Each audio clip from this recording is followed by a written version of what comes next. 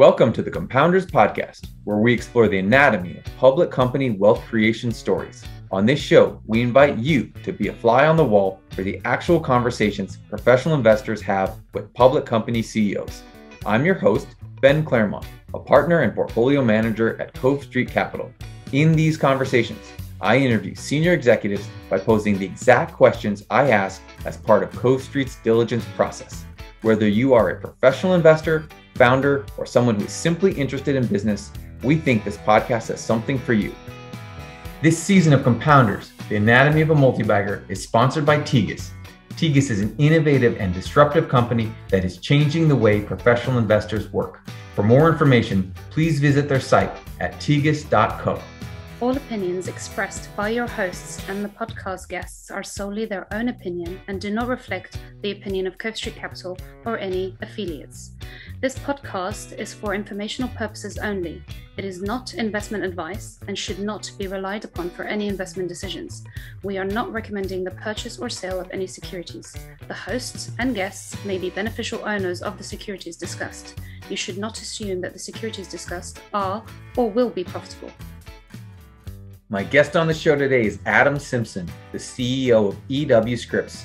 Scripps is a $1.45 billion market cap company that owns and operates local and national television stations. The company was founded in 1878 and over the years has operated within a number of different media businesses. The company spun off its cable TV business, Scripps Networks Interactive, in 2008 and then exited the newspaper business in 2015. These transactions served to focus the company more on its local TV business. However, since becoming CEO in 2017, Adam has led an aggressive acquisition campaign that has created a large and differentiated national media segment whose stations mainly operate over the air. The Scripps management team anticipated that cable TV subscribers would continue to cut the cord, and through these acquisitions has positioned the company to benefit as more people choose to watch TV via an antenna. Given all of the M&A activity and the dynamic nature of the pay TV environment, I was excited to talk to Adam about the existential threats of cord cutting and the trend towards digital advertising, the value of having a background in investigative journalism, the rationale for the pace of acquisitions that have occurred during his tenure, funding a large acquisition with the help of Berkshire Hathaway, and how Scripps develops win-win relationships with its various stakeholders. Before we begin, one disclosure to note. Cove Street owns E.W. Scripps shares. Now, without any further ado, here's my conversation with E.W. Scripps CEO, Adam Symson. As always, we will start the podcast at a pivotal moment in the company's history. With Scripps, there are a lot to choose from. We will get into M&A a bit later, but I want to go back to the winter of 2016. You'd been with Scripps since the early 2000s and had just been named the COO of the company.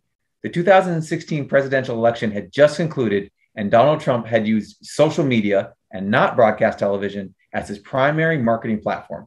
As a result, much of Wall Street was saying that the broadcast business model was broken because digital ads were going to reduce broadcast TV's share. What were you thinking internally then? And was there any sense of existential risk inside the company? It's a great question. Well, the day Trump won the presidency was also the day that I was asked to be the successor CEO. So there was a lot of change on my mind. And of course, we had seen through the entire political cycle what was going on with the different way that Trump had, I think, run his campaign. But at the end of the day, I think we recognized in the industry and at Scripps in particular that Trump's reliance on social media, on earned media instead of paid media was going to be a unique phenomenon to Trump. And we had all sorts of investors asking us whether or not things had permanently changed and whether the value of television as a vehicle for political persuasion had changed. And I think we were absolutely resolute that it had not. And you can see in the elections that have happened since that was the case. We were right. And I think the fears were way overblown. So in other words, that negative thesis has not particularly well stood the test of time. No, in fact, political advertising has actually gotten stronger. As we look at 2022 ahead, we expect that Scripps to have a record-setting amount of political advertising next year in terms of an off-presidential cycle election. We expect it to beat 2020. The amount of money being raised in the environment is enormous. We've got a 50-50 Senate. We've got all sorts of gerrymandering and election dynamics at play, and we think the spending on television is going to be huge. So ever since we've invested in Scripps and also your competitor Tegna, there's always been a different bear case, or maybe they're overlapping, but there's always been some kind of a bear case. And so maybe taking into consideration, the political side, the continued rise of Facebook and other digital ad platforms, cord cutting, I'll add into that. And then, of course, COVID. How would you assess the state of the union as it comes to local broadcast TV right now? I think local broadcast TV has just come through a period during the pandemic where it proved out its value, both to audiences and advertisers. We saw more audience than ever during the pandemic, which was essentially a local news story. We saw people turn to their local news stations more than ever before during the civil unrest. And of course, last year's election was essentially a local story as well. I also think we have to remember that while there is a lot of trauma right now, but in the relationship that Americans have with some of the national news brands, trust remains very, very high with local news brands. And that means that we can bring that trust also to the Main Street economy. And I think we're responsible for the most part, better than anybody, for continuing to see the Main Street economy rebound, driving more people into furniture stores and back into retail and getting home services going again after the pandemic. So, I think we're in very, very good shape. And the numbers we've been putting up this year, even as we haven't yet emerged fully from the pandemic, I think prove out that local television is an incredibly important component of the media ecosystem, both for audiences and for advertisers. So this is a company that, also is in the newspaper business. The broadcast business has, I think, gone through some evolution over time, and there's been some ups and downs and high points and low points. How, as you've been CEO for about 4 years now, how have you thought about building a dynamic and resilient culture, even with some of the ups and downs, especially just given the natural up and down of a political year, non-political year? Yeah, so Scripps has a long history in the media space, going back over 143 years. And I think the real hallmark for this company is its ability to evolve, to change, to recognize that the media landscape is very, very dynamic. And we don't consider ourselves a medium company, a platform of one kind or another. When we were a newspaper company, we didn't really consider ourselves a newspaper company. We consider ourselves a journalism company. And today we don't consider ourselves a television company. We think about ourselves as a media company that practices on television platforms, on all of the television platforms. And I think one of the things that's made this company successful has been its ability to navigate through change and to be resilient. We were one of the first companies to go to Washington and get radio licenses when radio was first being introduced as a commercial entity in a business. When television stations were first being put up on the air, the E.W. Scripps Company was in Washington again, getting licenses from the FCC. We were one of the first companies to lay cable in the ground. We were actually an MSO or an MVPD, a cable operator, and we sold that business to Comcast, and we went into the cable programming business and created HGTV and bought the controlling interest and then really grew the Food Network and created the Scripps Networks. We were really the first big company to get into podcasting and grew Stitcher, our podcasting business, and then recently exited that business alongside a digital audio business. So I think what you see out of our company is a willingness to identify where the media consumer is going, to create value through that relationship, oftentimes the advertising and consumer relationship, and then to monetize that opportunity in a couple different ways: operating the businesses, exiting the businesses, spinning out new companies. Just one of the things that this company has always done and will always continue to do. So you highlight the storied history of this company in your response. I think the biggest feather in the cap is the fact that E.W. Scripps, as you mentioned, incubated Scripps Networks Interactive, spun it off, and then it was acquired by Discovery for almost $15 billion. So we've always felt that developing that asset gave the company a confidence to invest for the long run, even if it meant margins were impacted in the short run. Can you talk about that ethos that we've developed of what turned out to be a $15 billion asset? Like, how has that ethos impacted you as a CEO? I think that history is just incredibly important, and it really permeates everything we do at Scripps. It's a legacy of entrepreneurship, of creativity, and as you describe it, it's a willingness to assume some risk with discipline and understand that it's our responsibility not just to execute for near-term operating results, but it's really our responsibility to also ensure that we're creating long-term value. And the company, I think, really breeds leadership that's comfortable with that level of risk tolerance, and understands how to really balance on both sides of that tightrope. I think what we see today on Wall Street is an entirely too near-term focus.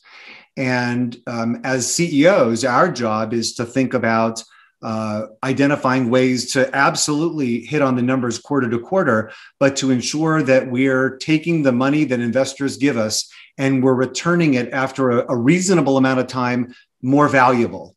And I think that takes time. I think it takes faith. I think it takes creativity, entrepreneurship, and it's something that's always been one of the hallmarks of the company.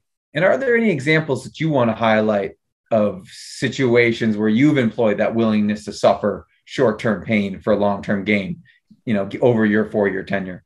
Yeah, I mean, sure. Here we are talking on a podcast. Several years ago, our company, we bought a company called Midroll Media. At the time, it was the first exit in the podcast industry in which a small podcast startup had been sold to a public company, and we were the first company to be in podcasting. It was at a time when I would talk to investors about podcasting, and they would say, I don't understand. What is this, right? You're talking about two people sitting over a microphone and talking about computers? And I couldn't get people to understand the value of podcasting, but we saw what was happening. We saw that more and more young people were spending their time at all times with earbuds in their ears. If you ride the subway, if you take a bus, if you take a walk, all you see are people occupied and with earbuds, and they were listening to something. And we knew they weren't just listening to streaming music or to iTunes, they were listening to podcasts. And we really saw podcasts as the parallel of where talk radio was moving. And talk radio was an incredibly powerful medium, still is a very powerful medium, but we recognized the waning power of terrestrial radio and the growing power of on-demand and digital delivery. So we invested in Midroll, and then we acquired another company, Stitcher. We combined those companies as a fully verticalized platform. We then bought another company, Triton Digital. And for a while, we were running losses through the P&L as we grew those businesses to scale. And ultimately recognizing that this very unsexy marketplace that we had gotten into was getting very sexy around us, and valuations were very, very high. In the midst of the pandemic last year, we decided to sell our podcasting business, Stitcher, to SiriusXM, and then to subsequently exit our digital audio business, Triton Digital, to iHeart, to really good returns that I think proved, again, that thesis of Scripps's willingness to identify where the consumer is going, to invest both through capital and investment through the P&L in a new business, to organically grow that business, and then to get out when we recognized that we didn't have the scale that was probably going to be in a position to compete. By the way, we took that capital and we redirected it and put it right back to work in the company's largest acquisition to date, our acquisition of Ion Media for $2.65 billion. So I see myself very much like you probably see yourself, Ben. I see myself as an asset manager, always thinking about how a specific asset plays in the portfolio, and when the right time is to put on more, when the right time is to pare it back, and at what point might be the right time for us to even monetize the asset. And now a quick word about our sponsor. Before we started using the Tegas platform in 2017, CoStreet rarely used expert networks to find high-value sources to help us better understand the companies we follow. The competitors' offerings were expensive and limited. Tegas changed that dynamic through their innovative business model, allowing firms like ours with a more limited research budget to conduct expert calls at a fraction of the price of others. Tegas then records, transcribes, anonymizes, and posts a transcript to their platform for subscribers to learn from. Every new Tegas customer makes the platform stronger through deeper and richer transcripts, and I've personally seen the growth over the past 4 years. The Tegas network of experts and platform of previous calls has made the service an indispensable part of our investment process. In fact, we now use the word Tegas as a verb. If you haven't tried Tegas before, I highly recommend going to tegas.co for a free trial and to start Tegasing your research. Listening to your response there, I am struck by the fact that we did not have that perception of you when we first met you. In fact, in one of our earliest conversations with you, I think our founder teased you of being constipated, implying that you were less prone to action, especially when it comes to capital allocation. So about 4 years into your tenure, you've certainly proven that idea to be incorrect. In reality, Scripps, as you said, has been really active when it comes to both acquisitions and divestitures. Was that part of your mandate from the board when you became CEO, or is that kind of just you are taking the cards that you've been dealt and, there's some interesting acquisitions, there's divestitures? How did that, come about? Well, when we first met, I was relatively new in the job. I don't even think I had the role really for more than a month or two, and so I came in at a time when the regulatory environment was changing in local television. I had been running our company's digital businesses before I was the COO and successor, and so when we first met, I would say the company was really had just been going through a table setting. Really, we had moved through the 2008 and 2009 downturn. We had exited the newspaper business and significantly increased the size of our television portfolio. And we had been investing in these national digital assets. And I would say, investors like yourself wondered whether we were going to act more aggressively to be a pure play roll-up company and to just consolidate local television. And I really saw a move to purely consolidate local television as financial engineering, and I still do. And so when we first met, I promised you all that, I was hardly, I think, an incrementalist, and that the way my personality runs, not so much a mandate from the board, but more my personality. I feel strongly that if you're not moving at full speed ahead, then you're slipping behind, especially in this marketplace and in this technology landscape. And so we went about setting to work on a new strategic plan after I took on the role. We identified that there would be an opportunity for us to strengthen our local media portfolio by adding more scale, by doubling down on second stations. In other words, stations where we already had one big four station, adding another station in that market would improve the margins for those stations. We did a round of cost cutting in order to actually help make our platform more effective and more efficient. And we identified other growth avenues, other growth opportunities. As I said, the addition of some more podcasting assets. We also bought our first collection of over-the-air networks. So I'm not going to tell you that there was a mandate from the board, other than when the board made the decision to ask me to be the CEO. I think they understood full well what they were getting. I'm just not an incremental sort of actor, and frankly, the entire leadership team at Scripps is aligned right behind that. I think we're all very, very focused on being fast moving in this marketplace. I like the way you described yourself as kind of like a portfolio manager, asset manager. And whether it was the Katz deal or the recent Ion deal, it sure feels like you guys have a kind of a value investing strain, and that you look for things that are not being appreciated by other potential acquirers. Is that a fair assessment of your approach? And if so, where did that eye for mispriced assets come from? I do think it's a fair evaluation of our strategy. I guess I would think about it like this. I mentioned podcasting, which at the time was totally ununderstood or misunderstood, and we got in on that early. We also acquired the Katz networks, which were the multicast networks, which were leveraging excess spectrum from the broadcast industry. And then, we acquired Ion Media in the midst of the pandemic and combined that into our new Scripps Networks business. And I think you're exactly right. Those were definitely underappreciated assets.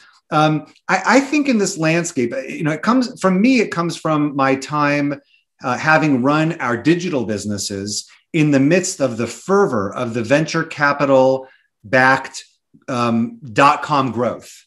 I was running our digital businesses, oftentimes competing for audience or revenue against other companies that never had to compete on the same level. They were backed by venture capitalists. Their CEOs were essentially just thinking about revenue growth. They were probably never going to even turn a profit.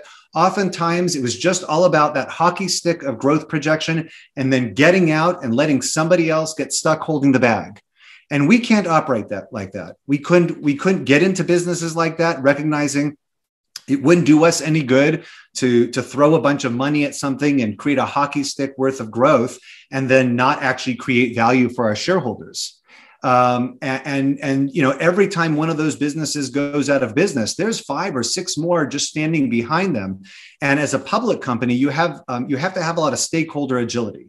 I feel beholden to our employees, to our shareholders, certainly to the Scripps family shareholder base, to the American consumer that we serve. So I think I was really conditioned by that experience of recognizing that you had to identify value where others weren't looking. And I think it's really proven out and helped the company. By the way, I think it's something that's been also consistent going way back. I mean, E.W. Scripps founded this company when he recognized that there was an opportunity to create a working class newspaper in Cleveland. The news was really for the rich, for the well-off, for people that were of the upper class. And he thought to himself, why can't I create a newspaper, sell it for a penny, call it the penny press, and connect audiences, those audiences, the working class blue collar audiences of Cleveland, with advertisers that wanted to reach them. And that thesis ultimately led to the largest newspaper chain in the country. So while many of his peers were really creating news products that continued to focus on really the upper crust, E.W. Scripps recognized value in serving a different audience. And so, I think that sort of legacy of entrepreneurship, that creativity really runs through the company's culture. I think the best way we've described it internally is that, people are zigging and you guys are zagging. And it's, it's been impressive to watch, like, you find assets that we'd never even heard of. Like, for example, before you guys bought Katz, I don't think we'd ever heard of multicasting or diginets. And we are one of the, I would say we're one of the few firms that actually follows this industry pretty closely. So what was the original insight that led to that Katz deal, getting to the zig when other people are zagging? And maybe talk a little bit about how Katz has positioned you for the larger Ion deal, which we'll also talk about. Yeah, sure. So, broadcasters, after the HD transition, broadcasters we were all finally able to unlock greater value from our spectrum. We were broadcasting on one band, so to speak, and there were several others that were going unused. And for the most part, stations were using that for weather radars. They suffice it to say, many people had tried many things on that excess spectrum, but nobody had enough scale to turn it into a properly monetizable asset. And the premise behind the Katz networks was that if Jonathan Katz, the founder, could, through distribution agreements, actually put together enough spectrum to reach 100% of the US, he would have a full-fledged over-the-air network, which he then could monetize in the national marketplace. So doing the math, all he had to do is make sure that his leasing arrangements for the spectrum and his programming arrangements were less expensive than what he was going to be able to sell all of that inventory in the national marketplace. And after seeing significant success with Bounce, the first African-American broadcast network, Jonathan began fundraising to launch several other networks. We came in at that point. We had been running Bounce on some of our sub-channels. We saw the ratings. We could see that this network was attracting a large audience of engaged African-American consumers. And we recognized that there could be greater value in what he was creating if he could take that model and duplicate it. And so we made a small investment. Brian Lawler brought that to the company. Brian Lawler is our president of local broadcast, and Brian is very embedded in the broadcast industry. Brian then went on to serve on the Katz board, representing our company and our investment. And then when we saw there was an opportunity for us to bring this in, we went ahead and made an offer.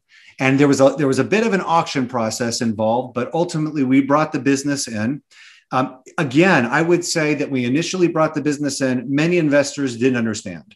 In fact, I remember sitting in the room when we were about to do the announcement. You never really know how Wall Street's going to react to a announcement. And I thought to myself, well, they love broadcast and they like television and they want us to be more of a pure play. There was some frustration when we would go off and do digital deals. I think this is going to go really well. We announced the deal, and I would say it's accurate to say that Wall Street sort of panned it initially. Nobody really understood it. We had a lot of concerns about the cost of the content, the leasing arrangements. Nobody really understood, who was watching this. It actually reminded me of our podcasting announcement. And so, I think back to those moments where we're trying to decide, what do we want to do? How do we want to do it? For us, it's about understanding our strategy and the vision, not getting so tied up or worried in how Wall Street's going to be reacting, and recognize that ultimately we'll educate the street and they'll come along as they realize that we'll put up the numbers that we said we would. And then, so maybe just follow on. So you bought Katz, and then, last year in the middle of the pandemic, decide to buy Ion. So maybe talk a little bit about how Katz positioned you for that Ion deal, but also I'd love to hear a little bit about deal timing, in the sense that that was an interesting time to take a big swing. So I would love to hear that anecdote and that story about how hard a conversation that was internally. Yeah, sure. So, we'll start with the conventional logic between the two businesses, I guess. I just mentioned that at Katz, we lease spectrum from other broadcasters. Several years ago, I had met with the CEO of Ion Media. We had been on a panel together at a Needham Growth Conference. And afterwards, we sat down and we talked. And we recognized that he was looking for ways for him to increase the value of his asset.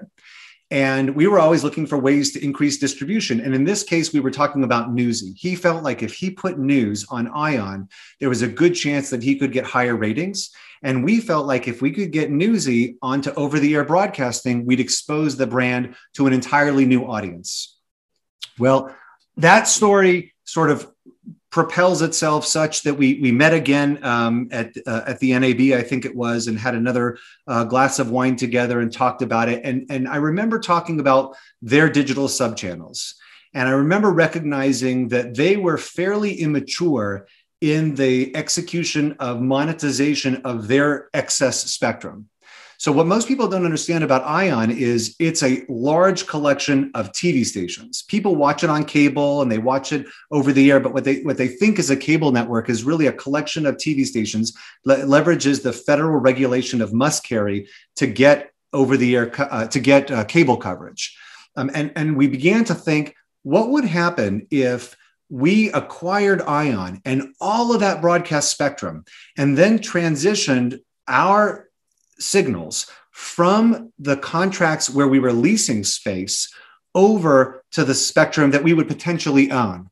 And the math was incredibly attractive. We immediately saw that it would provide us with about $500 million in synergies over about 5 years. That's just the value of transporting our signals from leased spectrum onto owned spectrum. So that was sort of the thesis, the premise, or the industrial logic behind the deal. The timing of the deal was sort of interesting. I'm not sure I've really shared this publicly all that much, but there was an auction process at the very end of 2019, beginning of 2020, that we were engaged in. And I suspect we were engaged in it with maybe one or two other strategics, but I think probably more likely potentially some SPACs and private equity. The business was just throwing off a lot of cash. It was the final asset in a portfolio of Black Diamonds, the distressed debt PE firm that had been holding it for, I think, more than 10 years. And it had always been sort of talked about as being in one way or another for sale, but they engaged with bankers and began a process, and we began the work to participate in that process. But I would say one of the other things that's true about our company is we never pay for more than we think something is worth. And we did recognize a lot of synergy, but we really had sort of put a cap on what we thought the asset would be worth to us in terms of a big bet. It was still a lot. But nevertheless, the way things unfolded, we started to get the feeling that there were probably financial players that were more likely to win in this process, and then to lever up the business with a lot of debt and sort of do what the typical private equity play is. Hold it for a little while and just spin off a lot of cash and recap it over and over, which obviously wasn't going to be as beneficial to the business as what we thought we would do, but nonetheless, we thought they had a pretty good chance of winning. And then the pandemic hit. And when the pandemic hit and the capital markets fell apart, the sponsor decided they want to pull back on the deal. They didn't want to move forward on it. And I kept calling them and saying, look, we're sort of still interested. Now, the truth was, when the capital markets fell apart, they fell apart for us too. And so it was an issue, but I wanted to make sure they understood that when things firmed up, we would be there. Kept calling, kept moving things forward. I mean, there were several hurdles, I think, that we had to get over. Ultimately, between bank financing and sitting down with the folks at Berkshire Hathaway, we were able to put together, I think, a compelling all-cash bid that we thought would be enough to motivate the sellers to transact. It was certainly well below what we thought the asset would have gone for in the beginning of 2020, but we thought we had an opportunity. And here's why. This asset required you to be able to buy a lot of television stations, a lot of spectrum. And at the moment this happened, during the Trump administration, we were in the midst of a fairly light touch regulatory environment. And we sort of suspected that if Trump were to lose the presidency and Biden were to come in, the FCC would change a bit. And it's possible that the asset would not actually be able to be transacted with a strategic. And I think the sellers also understood that. And so it was sort of a moment in time for us to put in an unsolicited bid to attract their interest and then race to the finish and get this thing done without anybody else knowing. And then from there, move quickly through regulatory clearance and get the transaction cleared and done through the DOJ and the FCC in time for a first of the year close. So it was lots of hurdles. I've sort of condensed it down, and a lot of work by our team, incredible work by our team and the team on the other side, but a really, really good result. So it sounds like it was a combination of some luck in terms of timing. And then I always love situations where you're the natural acquirer and Katz gave you that opportunity to be the natural acquirer of those assets. It did. Yeah. And I mean, look, it also had to do with the family's support, the Scripps family's support, the support of Berkshire Hathaway, and the work that they had done on the deal and the logic of the deal and their attraction to Scripps as a family-controlled company that zigs when everybody else is zagging, as you described also. So all of those things really lined up, along with a little luck to allow us to do it. So I don't know how much you could say, but I would love to hear a little bit about how Berkshire, obviously it's an interesting partner there. I'd love to hear a little more about Berkshire, how they got involved, but also, you guys took on a fair amount of debt, even with the Berkshire investment. So I'm interested, this family companies are often very conservative in how they're run because it's their money and in a lot of cases. So I'm interested, how you thought about putting on 5x plus leverage during a pandemic and taking a big swing with leverage. Well, believe me, there was a lot of thought put into it, plenty of sleepless nights. But ultimately, we recognized that the cash flow profile of the company would be strengthened. And despite the leverage, we recognized the amount of cash that we would see coming in, both from our local media business and from this just behemoth and incredibly accretive transaction, was going to actually make things easier for us to cover fixed costs. So it wasn't so much a matter of worrying about that as it was, making sure we could line up all of our ducks in the middle of a pandemic when the capital markets on a daily basis were changing sentiment. The other factor in the deal was recognizing that we had an incredible political year lining up in 2020. So, it's absolutely true that in the early stages of the pandemic, when the lockdowns occurred, we saw local advertising, really cut in half. It was pretty scary. But we also saw an incredibly competitive political cycle shaping up, and we knew that would benefit us. And, I never like to say that anything is contracted or it's a lock, but when I think about catalysts that allow us to lean into the disruption and take advantage of the opportunity, you have to just be able to look a little bit further around the corner. You can't be afraid of the near term impact when you can see around the corner and you have a pretty decent sense as to what's there. And I think we had a pretty decent sense as to what was there. And we also began to see the rebound in the capital markets and the rebound in the economy. And we had the support of the Scripps family. And of course, we had the support of Berkshire Hathaway in the deal. Great. That's really great color. So moving a little bit to a different subject, I think one of the more interesting things that makes, and one thing that makes Scripps a little complicated is that you have a number of large stakeholders. So you have the relationships with NBC, CBS, Fox, and ABC on one side. And on the other side, you have partnerships with the big distributors of your content, such as Charter, Cox, and Comcast. And there's always some there's always some tension as you renew those agreements with these partners. I'm interested what your strategy has been around creating win-win partnerships with both the networks on one hand and then the MVPDs on the other hand. Yeah, this is what's so great about the television ecosystem. It's this incredibly complicated and highly regulated ecosystem where all of the players are really bound together in contracts, in consumer agreements, in economics. And so it's true. We have tough negotiations with the cable operators, the MVPDs that carry our signals and pay us for the rights to distribute those signals into their local franchises, their local systems. That's what we call retransmission revenue. We also have, long-standing relationships with the networks who provide us with a lot of our programming. And both of those relationships, we both bring value to the table.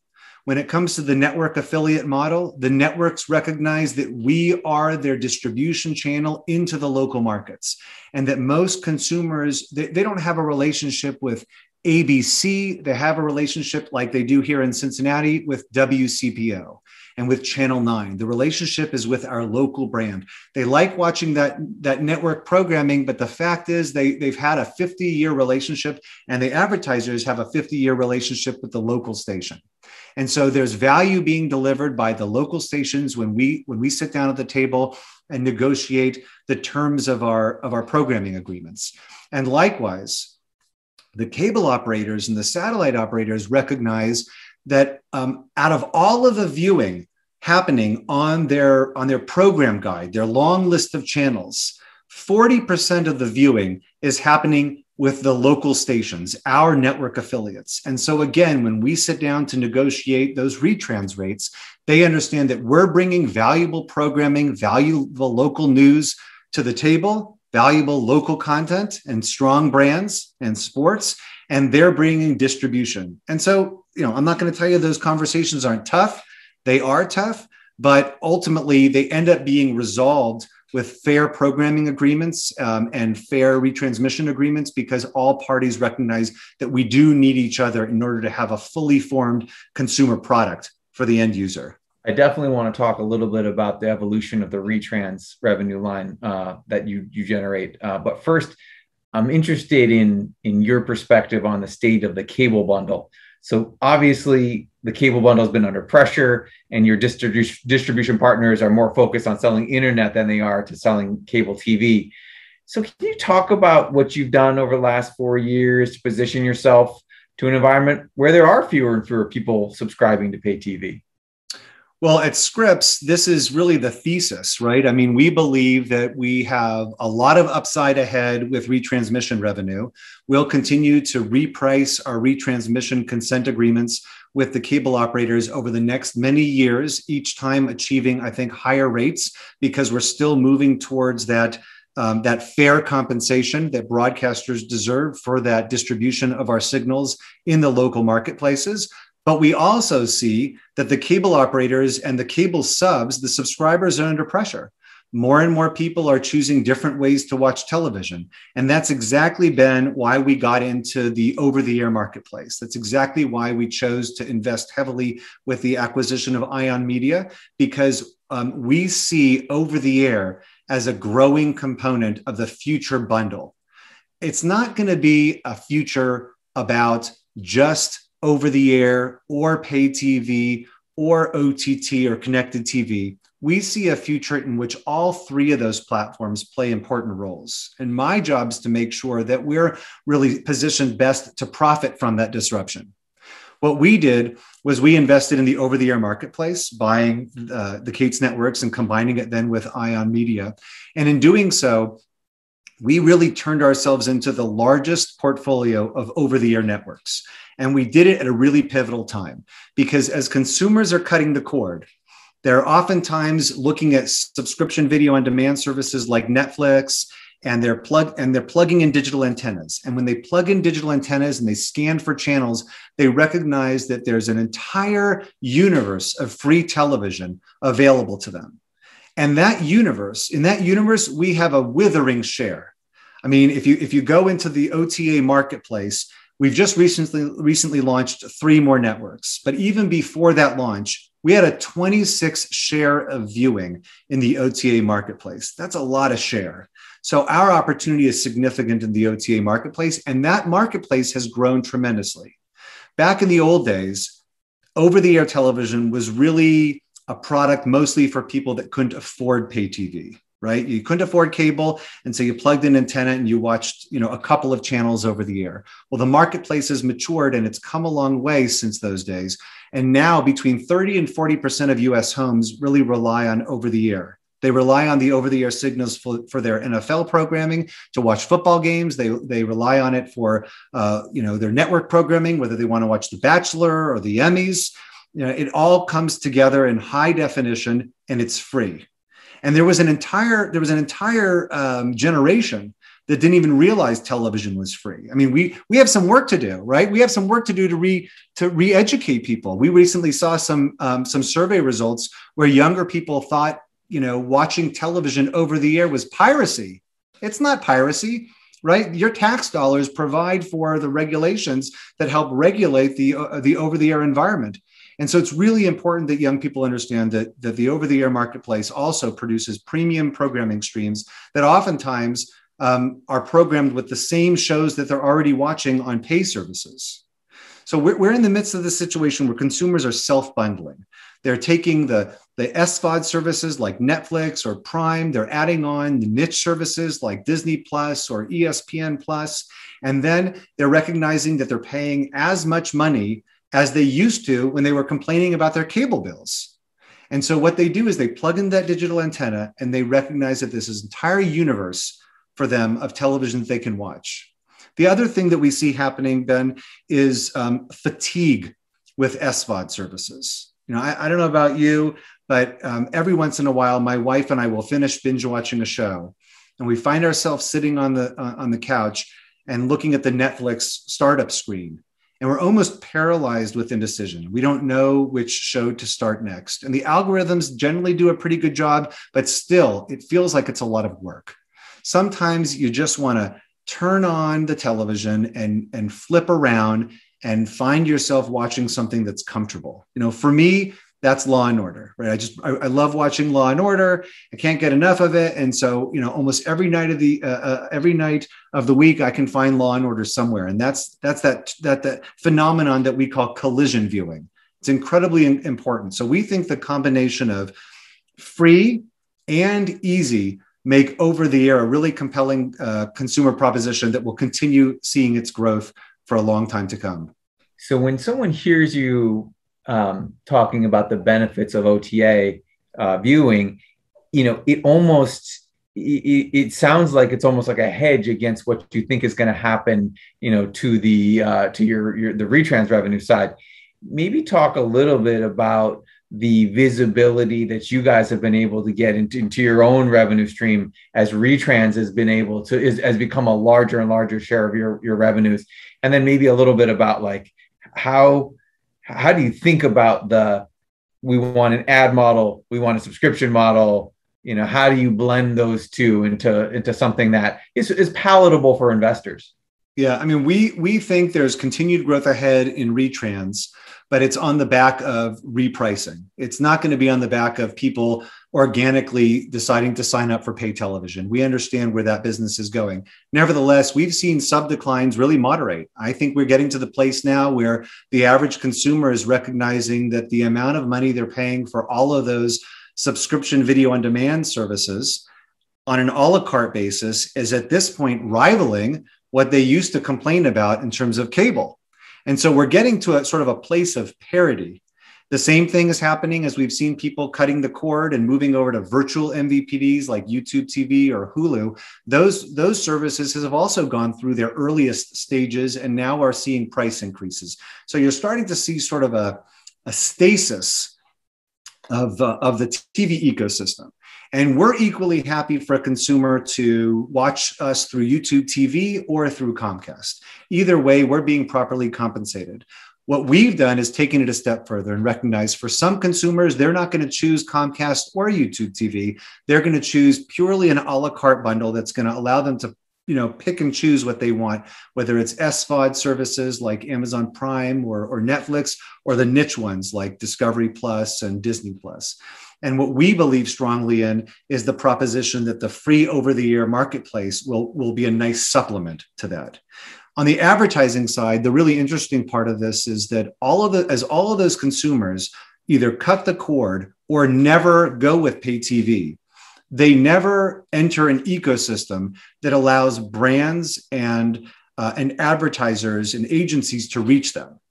And so that's why agencies and brands have started to recognize that the marketplace where we operate, OTA, is one of the best places for them to reach the cord cutting audience, right? So if you don't have a pay TV subscription and you're watching network television, you're watching it through OTA, and we can reach you. And they can't be reached in Amazon Prime. They can't be reached through Netflix. Those are non-advertising supported mediums. So we haven't really moved into the direction of subscription at our company. We believe strongly that there's a lot of opportunity in the national advertising marketplace where we can provide the connection between the very fickle cord cutting audience, big incumbent audiences that brands need to reach, and those brands. That's a really interesting overview of the way you're thinking about it.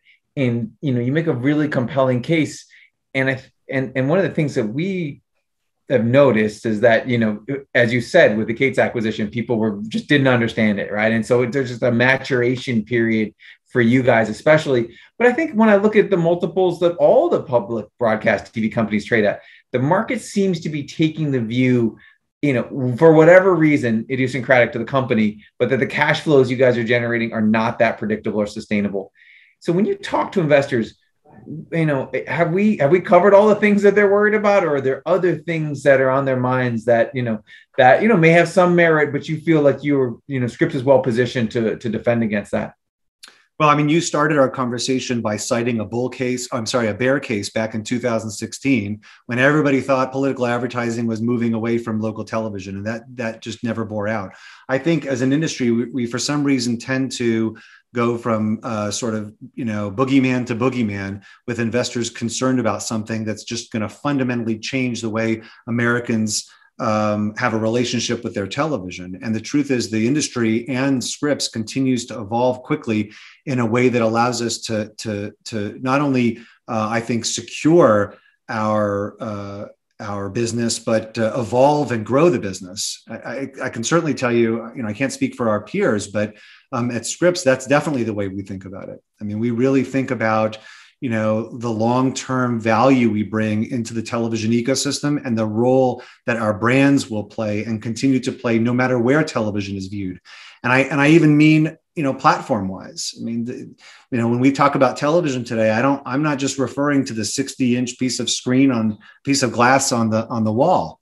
At this point, I'm thinking about the television as my daughter defines it, an iPad on her bed, right? Coming in over Wi-Fi. I think about people on the subway watching television on their iPhone. I mean, the very term television has really been redefined. And when I think about my charge as an asset manager, it's to ensure that our company is playing an important role that creates value for all of our shareholders in the future of journalism and television. I just realized that there was one boogeyman that we haven't talked about, and it's the football boogeyman, which is constantly cited as a threat to your business. So, I think broadcast television is synonymous with sports and especially football. But, Amazon's acquiring more football rights, and there's all this discussion of the important, of sports eventually moving away from broadcast and going digital. So, what is your current assessment of the importance of sports when it comes to broadcast TV? And, why shouldn't investors be worried about digital encroachment as NFL rights come up for bid? Yeah. So to the contrary, I'm going to paint the picture of a bull case on sports rights and television, particularly broadcast television. We've just seen the renewal of the NFL contracts, bringing more football back to broadcast than in a long time. And those rights go out a long time. Now, you're right. A lot of investors have honed in on the point that broadcast rights came with companion digital rights. But let's put ourselves in the position of the consumer. If you're a cable subscriber, you're going to continue watching through your typical cable lineup, local broadcasters. You're going to watch football that way if you're a football fan. If you're a cord cutter, you have two choices now. You can either sign up for 4 different OTT services that will each charge you something different and will each provide you a football game or 2 on a different day on a different platform in a confusing array of choices you're going to have to make on Sunday, Monday, and Thursday. Or you can plug in a digital antenna and get it all for free in HD. And so when I think about our company's strategy, driving the growth of the over-the-air marketplace, don't be surprised if you see us go to work around football season, really driving home the message that over-the-air television is the single best way to get your NFL for free in HD and immersive sound. There's another case that I want to share. Sports betting is huge. We've seen it really bring a lot of dollars to television advertising. And I think it's also reinvigorating the American experience with live sports. When you are watching live sports on some of the OTT channels, the virtual MVPDs, you might be watching it up to a minute and a half in delay. And you'd know that if you ever have a digital antenna watching an NFL game and watch it on YouTube TV or Hulu. And so much of sports betting is in-game betting that actual live with no latency is critical. And so we think sports betting and live broadcast television actually go hand in hand and actually prop each other up. And we think it's another reason why I'm very, very comfortable with the deals that we're seeing being done. More sports coming back to broadcast. I mean, I sort of have a thesis. Where are most baseball games? Most baseball games are on regional sports networks, which are unavailable to most consumers at this point that don't have a pay TV subscription. And what's happened with baseball? What happened over the last couple of years with football as football fragmented and went into so many different places on cable and on OTT, but away from broadcast? Football's strength even sort of waned, right? Now we're seeing football decide that it wants to maximize its distribution dollar and ensure it reaches most Americans. And so it's coming back to broadcast, which is the most powerful incumbent legacy platform to reach large audiences. So I'm very enthusiastic about the future of live sports on broadcast television. I don't think any conversation, just to pivot a little bit, about broadcast TV would be complete unless we talk about regulators. So, the media is heavily regulated, and broadcast specifically, whether it's the Department of Justice or the FCC, there's been a lot of regulation that impacts you, but specifically as it relates to consolidation. So I understand why some of these restrictions made sense years ago. So if you lived in Cincinnati, and for example, and the only place people had advertised were 2 newspapers and 4 broadcast stations, I could see that you guys had, the broadcast TV stations had a lot of power, but that was years ago. And now internet and Google and Facebook have totally changed the local ad market. Right. So I'm trying to understand, when the existing regulations that exist, what do they miss about true local market competition?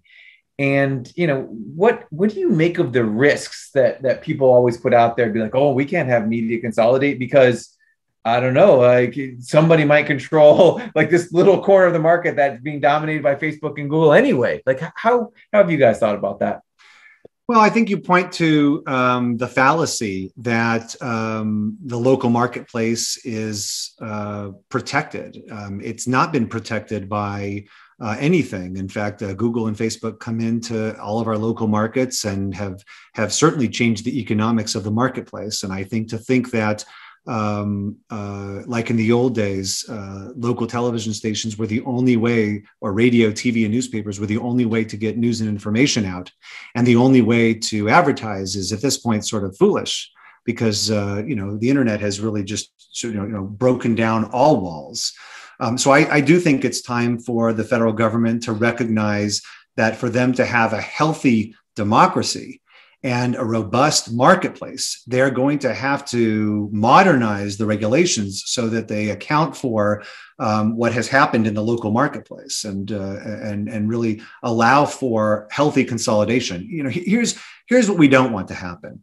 We don't want to see in television what's happened in the newspaper business, where the newspaper business at this point really is sort of a shell of what it once was, hardly able to support itself as a profitable business. And each time the days get worse, the cuts come out of the newsroom, negatively impacting the news environment and the reporting staff, and certainly, I think, ultimately leading to a negative impact on our democracy.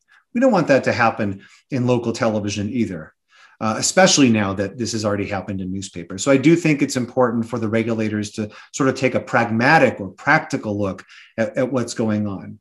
At Scripps, we really view ourselves as sort of the Boy Scouts of the broadcast business. Frankly, it's one of the reasons why I think the regulators cleared the ION deal so quickly, because we don't bend the rules. We don't push the rules. We don't try to find loopholes around the rules. The federal government makes the rules and we operate based on those rules. And if the federal government and the FCC sees fit to change the rules, we will take advantage of those opportunities as they happen. But you're not going to see us do anything, I think, that we're not comfortable with doing. And that's a strategy that has served our company well, going back 143 years, and it's certainly not going to change under me. I certainly can't let you go without talking a little bit about your background and how that's positioned you to be a CEO. I think your background is different from anybody else we've had on the show. You started your career as an investigative journalist in LA, and now you're the CEO of a public company. What about your experience in investigative journalism has positioned you maybe uniquely to have a public company CEO role? I think I've always had a high level of curiosity and a willingness to, as we talked earlier, try and look around corners and not stare at the obvious, but identify the opportunities that may be less obvious. And investigative journalism, that's what it's really about. Somebody comes to you and says, look, I really think something wrong is happening. And now you're charged with first trying to verify it and then trying to prove it and then putting it together into a story that's consumable. And when you think about my job today, well, first of all, I'll tell you, my job requires a tremendous amount of communication, right? I spend a lot of time communicating with investors, with employees, with the Scripps family, with just a multitude of different stakeholders. So I think that storytelling has really helped. But when I think about the strategy that we employ, it goes right back to what you identified earlier in our conversation. The company has long had a ethos that demands of its leadership a high level of curiosity and entrepreneurship. And I just think that's found inherently in journalists. The other thing is, look, I'm a CEO of a journalism company, of a media and entertainment company. And so, it's not so much that I was an investigative journalist for the earlier part of my career, and now I'm the CEO of a company that makes paper boxes, right? I firmly believe in the role that journalists play in our society. I believe it's important for our democracy. And, we really believe that doing good journalism is good business. And so all of that sort of all comes together with this privilege that I have to be able to run one of America's oldest media and journalism companies. And we haven't really talked about, the people side of the business as much as in other interviews, because there's just so many moving pieces with Scripps. But I'm interested in, given your background, you probably came across a lot of different types of people as you moved up the ranks. What have you learned about assessing if an existing or potential employee is likely to be a good fit for the company? Ben, I think we look for people who believe, like we do, that they're stewards of the enterprise, stewards of the communities that we serve, stewards of our mission.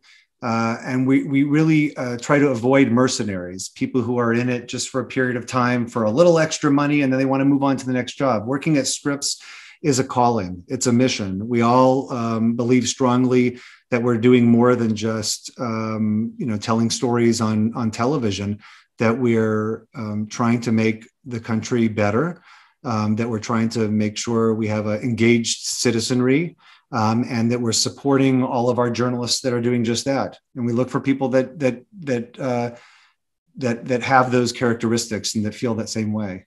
We've talked a lot about, we've talked about a bunch of different variables that you continually have to get right and understand. And there's a lot of moving pieces.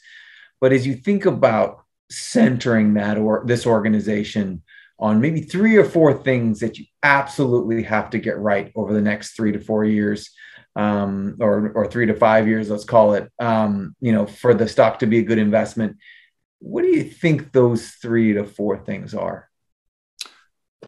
I think we've got to continue to execute for outstanding near-term results, which speaks for itself. I think we have to continue to keep pace with the pace of evolution in the television ecosystem, identifying new ways to move our brands into the multiple platforms where people consume television.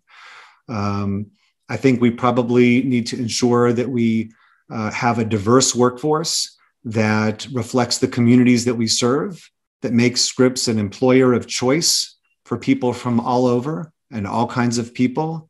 And I think we have to continue to execute all of those things with stakeholder agility, balancing the needs of our shareholders, our employees, the communities where we operate, and our advertisers all together.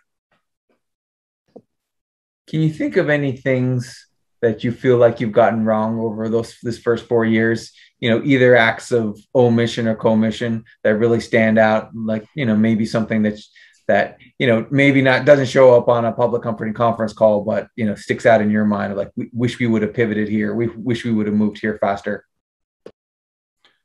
Well, I'll never say it's impossible again.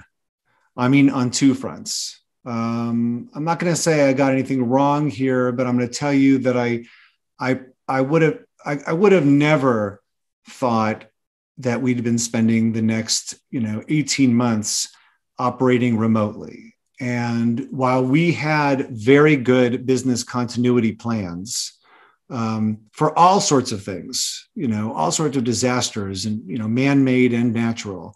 I probably would have, a couple of years ago, sort of rolled my eyes if our head of risk and business continuity would have come to me and said, look, it's time for us to put together a plan for a global pandemic. I'm not sure I would have spent much time thinking about it. And so I won't do that for sure. At the same time, there were a lot of people that probably thought it was impossible for us to get a deal done to acquire Ion Media. And the perseverance that we demonstrated, the opportunity that we took, to me, again, reiterates nothing is impossible if you doggedly pursue it. I want to sneak in a question about ATSC 3.0, because it's something that my guess is the listeners of the podcast don't know anything about. But even investors in this space, it got a fair amount of play a few years ago as like the future of broadcast. And, I think all of these things take longer than people expect. So maybe just briefly, if you just talk about, what it is and how do you see it playing a future in broadcast now, maybe relative to a few years ago, as you kind of see it start being played out in the market? So ATSC 3.0 is the technical name for next gen television. And it's a new standard that will allow us to broadcast in ultra high definition with immersive audio using an internet protocol. And it's actually live in many, many communities already across this country. And a lot of people probably have next gen TVs on their walls. They might not even know it. You have to plug in a digital antenna to experience the benefits of next gen TV right now. And those benefits would be, as I said, an immersive experience, 4K. It might be a consumer experience or a user experience that looks a little bit like the experience you expect from Amazon Prime or from Netflix. The broadcast industry is going to benefit as more and more people get those advanced televisions and those next generation televisions and begin using over the air, because it will open up new opportunities for us to serve data informed advertising, and for us to even look beyond the TV set. Our transmitters will be able to do data casting, delivering very efficient streams of data in a one-to-many mechanism that's much more efficient than from the internet. And we're doing testing right now with the automotive industry, with Internet of Things, in a number of different industries to prove out that thesis. And are there any ways that you're investing now, kind of like, how you were incubating the podcast business, that you can look around the corner and see where this is going to go, or is it still too early? I think it's a little early to talk about some of those things publicly. We do spend a lot of time internally talking about the value of our spectrum as the nation's largest holder of broadcast spectrum. Obviously we see an incredible value in the nation's transition to ATSC 3.0, and we're working very hard on identifying new ways to create value from that spectrum.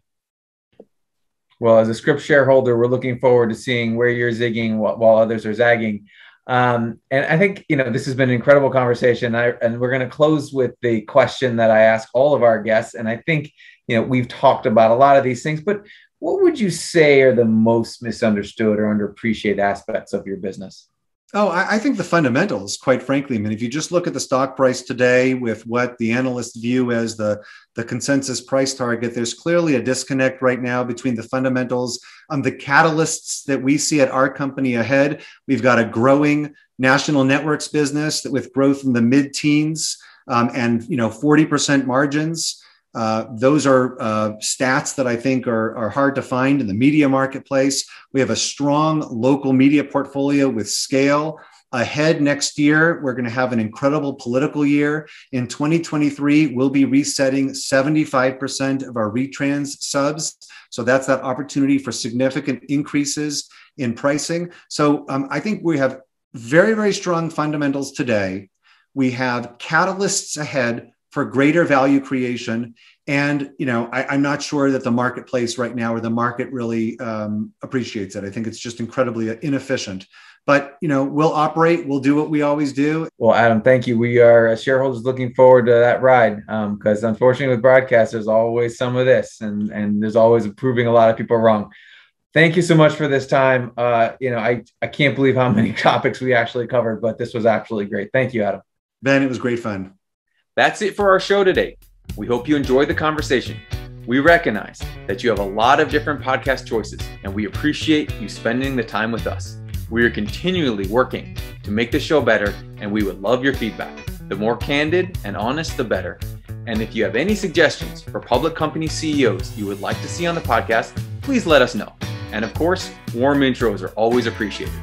Please feel free to email us at podcast@covestreetcapital.com with your comments or suggestions. Thanks again, and stay tuned for the next episode of Compounders, Anatomy of a Multibagger.